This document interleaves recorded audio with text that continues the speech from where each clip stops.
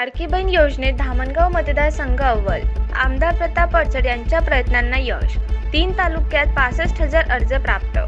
मुख्यमंत्री एकनाथ शिंदे यांनी महाराष्ट्रातील महिलांसाठी सुरू केलेल्या मुख्यमंत्री लाडकी बहीण योजनेत आमदार प्रताप अडचड यांच्या प्रयत्नामुळे जिल्ह्यातील इतर तालुक्यापेक्षा धामणगाव विधानसभा मतदारसंघातील तिन्ही तालुके अव्वल ठरले असून प्रशासनाकडे 3 तालुक्यात ऑनलाईन तब्बल 65,217 अर्ज प्राप्त झाले आहे.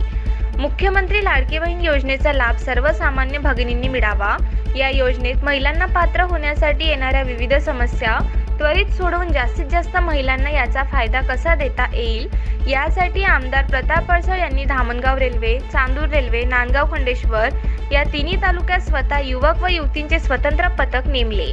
सदर टीम तिन्ही तालुक्यात गावागावात प्रत्येक महिलांच्या घरी जाऊन निःशुल्क ऑनलाईन अर्ज भरून घेत आहे. आतापर्यंत धामणगाव रेल्वे 21,199, चांदूर रेल्वे 15,278, नांदगाव खंडेश्वर 28,740 अशा 3 तालुक्यात सर्वाधिक 65,217 ऑनलाईन अर्ज प्रशासनाला प्राप्त झाले आहे. लाडकी बहीण योजनेचे पैसे पात्र महिलांच्या खात्यात लवकरच जमा होणार असून सध्या या प्रक्रियेने वेग घेतला आहे.